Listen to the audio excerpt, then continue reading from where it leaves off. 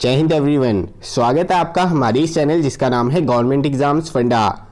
आज CDS 2 2020 और CAPF 2020 के लिए मोस्ट एक्सपेक्टेड क्वेश्चंस की सीरीज जो है शुरू होने वाली है। ये सीरीज एग्जाम तक कंटिन्यू होगी, लेकिन सिर्फ आपकी सपोर्ट चाहिए। आप अगर वीडियो देखते हैं तो आई रिक्वेस्ट प्लीज लाइक कर दिया कीजिए, शेयर कर दिया कीजिए। इसके अलावा इस सीरीज में जो है क्वेश्चंस जो भी रहेंगे वो हाई प्रोबेबिलिटी क्वेश्चंस रहेंगे, यानी कि क्वेश्चंस आपको पता है जीएस में बहुत ज्यादा होते हैं, सिलेबस बहुत ज्यादा है, लेकिन इसमें सिर्फ वो क्वेश्चंस रहेंगे जो यूपीएससी के एग्जाम पॉइंट ऑफ व्यू से इंपॉर्टेंट है और जो पूछे जा सकते हैं। ऐसे ही टाइम पास के लिए कोई भी इसमें क्वेश्चन ऐड नहीं किया जाएगा। तो इस सीरीज को पूरा देख लेना, क्योंकि इस सीरीज को देखने के बाद आपकी नॉलेज जो है बहुत ज्यादा बढ़ने वाली है। तो चलिए बिना देर के करते हैं शुरू। इसके अलावा CDS और CAPF का बैच ज्वाइन करना हो, नोट्स चाहिए हो, मॉक टेस्ट चाहिए हो या पर्सनल गाइडेंस चाहिए हो तो आप इस नंबर पे व्हाट्सएप कर सकते हैं। Consider the following statements about khadi and village industries commission. अब khadi and village industries commission जो है पिछले एक साल से काफी न्यूज में रहा है, लेकिन अभी तक यूपीएससी ने इसके ऊपर क्वेश्चन नहीं पूछा, लेकिन ये क्वेश्चन जरूर पूछा जाएगा। खादी विलेज इंडस्ट्रीज कमीशन जो है ये 1956 में एक एक्ट के द्वारा बनाई गई थी। अब आपको पता है जो भी कमीशन या बॉडी किसी एक्ट के द्वारा बनती है तो वो क्या होती है, स्टैट्यूटरी बॉडी होती है। अब पहली स्टेटमेंट हो गई ठीक। दूसरा, it is an apex organisation under the ministry of rural development. नहीं, ऐसा नहीं है, ये है MSME के अंडर, यानी कि ministry of micro small and medium enterprises.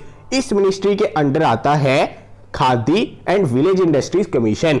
और आपको पता है कि MSME जो है इस साल काफी चर्चा का विषय रहा है, तो MSME के अंडर क्या क्या आता है पता होना चाहिए, क्योंकि आपको पता है कि किस मिनिस्ट्री के अंडर क्या आता है। इस तरह के क्वेश्चन पिछले 2 बार से यूपीएससी में बहुत पूछे जा रहे हैं।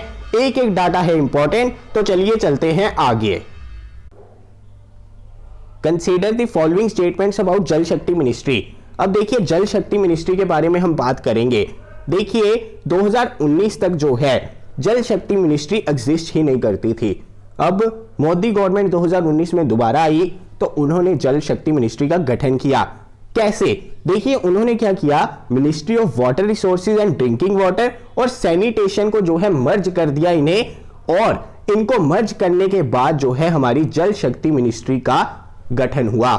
इंपॉर्टेंट है क्योंकि ये 2019 में ही बनी है। इस वजह से अगर आप न्यूज़पेपर फॉलो करते हैं तो आपको पता रहेगा कि जब से ये मिनिस्ट्री बनी है तब से ये बहुत ज्यादा न्यूज में रह रही है। तो पहली चीज हो गई क्लियर, पहली स्टेटमेंट है ठीक। दूसरा, अब जल शक्ति मिनिस्टर जो है करेगी क्या, कौन से इश्यूज को डील करेगी। देखिए चाहे वो इंटरनेशनल वाटर इश्यूज हो, चाहे इंटर स्टेट वाटर इश्यूज हो, डिस्प्यूट्स हो किसी 2 स्टेट के बीच में, चाहे गंगा को क्लीन करना हो, गंगा की ट्रिब्यूटरीज को क्लीन करना हो, ये सारा काम किसका होगा, जल शक्ति मिनिस्ट्री का। पहली स्टेटमेंट है ठीक, दूसरी है ठीक, पता होना चाहिए। तो चलिए चलते हैं आगे। अब देखिए आगे बहुत ज्यादा इंपॉर्टेंट क्वेश्चन है और ये है हमारा फिजिकल ज्योग्राफी का क्वेश्चन। और अगर आपने ऐसे क्वेश्चंस ना पढ़े हो तो बहुत ज्यादा डिफिकल्ट लगते हैं, लेकिन ये मोस्ट इंपॉर्टेंट क्वेश्चन है हमारा फिजिकल ज्योग्राफी का। अब which of the following best describe the बजार्ड।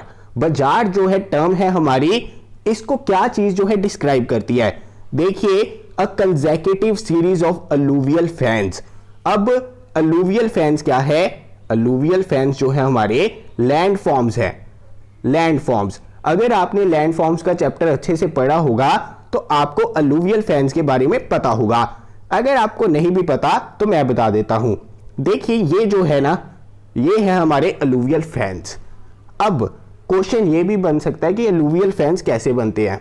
देखिए ऊपर ना कोई पहाड़ी होती है, उसमें छोटा सा रास्ता होता है, वहां से पानी नीचे की ओर गिरता है, लेकिन जैसे ही पहाड़ियों से पानी नीचे प्लेन्स में आता है तो वो डिस्ट्रीब्यूट हो जाता है पानी। अब पानी जब डिस्ट्रीब्यूट होता है तो पानी अपने साथ क्या क्या चीजें लाएगा, रेत लाएगा, मिट्टी लाएगा, क्ले लाएगा। अब होगा क्या, जब वो पानी नीचे आया और डिस्ट्रीब्यूट हो गया तो पानी की एनर्जी हो जाती है कम।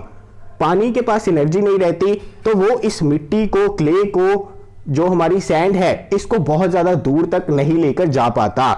जब वो इस चीज को दूर तक नहीं लेके जा पाता तो वो इकट्ठी हो जाती है और किस तरह का रूप ले लेती है, एक फैन का। इसे कहते हैं अलूवियल फैन। अब इसकी consecutive series of alluvial fans, अगर ये अलूवियल फैंस बहुत सारे हो तो उसे क्या कहते हैं, बजाड़। इंपॉर्टेंट है, अलूवियल फैंस कैसे होते हैं, कैसे बनते हैं, सब पता होना चाहिए। तो चलिए चलते हैं आगे। अब आगे देखते हैं, which of the following country has coast line with both Caspian Sea and Black Sea. अब ये भी बहुत ज्यादा इंपॉर्टेंट क्वेश्चन है। या तो आपको कैस्पियन सी के साथ कौन सी कंट्रीज लगती हैं, ये क्वेश्चन पूछा जाता है, या ब्लैक सी के साथ कौन सी कंट्रीज लगती हैं, ये क्वेश्चन पूछा जा सकता है। लेकिन अब यहां पर मैंने ये पूछा कि कौन सी ऐसी कंट्री है जो कैस्पियन सी को भी टच करती है, ब्लैक सी को भी टच करती है। अगर आपने ऐसे क्वेश्चन पढ़े होंगे, मैप देखा होगा तो सीधा मार्क कर देंगे, नहीं तो आपके लिए होगी मुश्किल। अब देखिए, ये है हमारी ब्लैक सी। पहले देख लेते हैं ब्लैक सी को कौन कौन सी कंट्रीज टच करती हैं। तो देखिए, एक है रोमानिया, बुल्गारिया, उसके अलावा नीचे है टर्की, जॉर्जिया, रशिया और यूक्रेन। अब दूसरी साइड कैस्पियन सी को कौन कौन टच करती है कंट्री, वो देख लेते हैं। देखिए, Azerbaijan, Russia, Kazakhstan, Turkmenistan, Iran. अब ये कंट्रीज जो है हमारी टच करती हैं किसको, कैस्पियन सी को। अब कॉमन कंट्री कौन सी है, देखिए अगर हम कॉमन कंट्री देखेंगे तो ये है रशिया। रशिया इधर कैस्पियन सी के साथ भी टच कर रहा है, ब्लैक सी के साथ भी टच कर रहा है। आंसर होगा रशिया। आपको एक एक कंट्री का मालूम होना चाहिए कि कौन सी कंट्री कैस्पियन सी को और कौन सी कंट्री ब्लैक सी को टच करती है। इसका आंसर होगा रशिया। तो चलिए चलते हैं आगे। Democracy index report is release by which of the following organisation. अब 2020 की बात ले लो या उससे पहले 2019 के लास्ट वाले कुछ महीने ले लो, इंडिया की डेमोक्रेसी के ऊपर बहुत ज्यादा चर्चा हुई है। कोई भी ऐसा नया बिल आता है या फिर हमारा जम्मू एंड कश्मीर में जब इंटरनेट बंद रहता है या वहां पर आर्टिकल 370 खत्म किया गया, अबॉलिश किया गया, तो डेमोक्रेसी के ऊपर जो है चर्चा इंडिया में बहुत ज्यादा बढ़ चुकी है। आपको पता होना चाहिए कि डेमोक्रेसी इंडेक्स रिपोर्ट जो है रिलीज कौन करता है। देखिए, ये रिलीज करता है the economist intelligence unit. Important है, इकोनॉमिस्ट इंटेलिजेंस यूनिट। 165 कंट्रीज इसमें रहती हैं। आपने मुझे कमेंट करके ये बताना है कि इंडिया का डेमोक्रेसी इंडेक्स में रैंक कितना है। ये आपका होमवर्क है। और जो आपको होमवर्क मिलता है यार, सभी लोग कमेंट कर दिया कीजिए। एक या दो बच्चे ही कमेंट करते हैं, बाकी सिर्फ उसी कमेंट से पढ़ लेते हैं। आपको भी होमवर्क वही मिला, आपने भी कमेंट करना है। तो चलिए चलते हैं आगे। आगे देखते हैं, which of the following is related to Windhoek declaration. इस तरह के क्वेश्चन बनते ही बनते हैं और ये बहुत फेमस क्वेश्चन है जो आपको पूछा जा सकता है। विंडहॉक डिक्लेरेशन 1991 कहां पर, नमीबिया में। नमीबिया की कैपिटल है हमारी विंडहॉक। यहां से आपको एक कैपिटल भी क्लियर होगी कि नमीबिया की कैपिटल जो है वो क्या है, विंडहॉक। वहां पे ये डिक्लेरेशन साइन हुई किसके रिलेटेड, फ्रीडम ऑफ प्रेस के रिलेटेड। यानी कि वहां पर उससे पहले जो है प्रेस को ज्यादा फ्रीडम नहीं थी, वो खुलकर लिख नहीं सकते थे, अपने विचार प्रकट नहीं कर सकते थे। विंडहॉक डिक्लेरेशन जो थी वो थी प्रेस की फ्रीडम को लेकर। इंपॉर्टेंट है, क्वेश्चन आएगा, डायरेक्टली आएगा। चलिए चलते हैं आगे। Which of the following statements is are correct regarding the earthquake waves? अब ये देखिए बहुत ज्यादा इंपॉर्टेंट टॉपिक है, इसको बहुत सारे बच्चे जो है स्किप कर देते हैं। 2 या 3 चीजें जो आपको पता होनी चाहिए। पहली, 2 तरह की वेव्स होंगी हमारी, कौन सी, प्राइमरी और सेकेंडरी वेव्स। अब दूसरी चीज, जो हमारी प्राइमरी वेव्स होती है ना, वो लॉन्गिट्यूडनल होती है।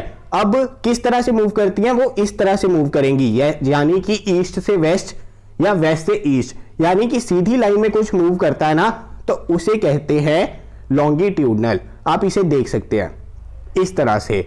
अब जो हमारी सेकेंडरी वेव्स होती हैं वो किस तरह से मूव करती है, ट्रांसवर्स प्रोपेगेशन, यानी कि ऊपर नीचे, south north to south, north south north south, इस तरह से। और हमारी लॉन्गिट्यूडनल जो है ईस्ट वेस्ट सीधी लाइन में। इंपॉर्टेंट है, डायरेक्शन में सिर्फ आपको आइडिया देने के लिए, समझाने के लिए कह रहा हूं कि जैसे हमारा ये मैप है, अगर कोई सीधा जा रहा है तो वो लॉन्गिट्यूडनल है, इस तरह से जा रहा है तो वो क्या है, ट्रांसवर्स प्रोपेगेशन है। अब प्राइमरी वेव्स फॉलो करती है लॉन्गिट्यूडनल प्रोपेगेशन, सेकेंडरी वेव्स जो है फॉलो करती है ट्रांसवर्स प्रोपेगेशन। पहली चीज आपको क्लियर हो गई कि प्राइमरी वेव्स और सेकेंडरी वेव्स किस तरह से मूव करती है। दूसरी चीज, दोनों में से फास्टर कौन है? प्राइमरी वेव्स जो है वो फास्टर है सेकेंडरी वेव से, और प्राइमरी वेव्स की जो है स्पीड भी ज्यादा होती है, 1.7 टाइम्स होती है। इसी वजह से सिस्मोग्राफ तक प्राइमरी वेव्स जो है वो पहले पहुंचती है, इसी वजह से इन्हें प्राइमरी वेव्स भी कहते हैं।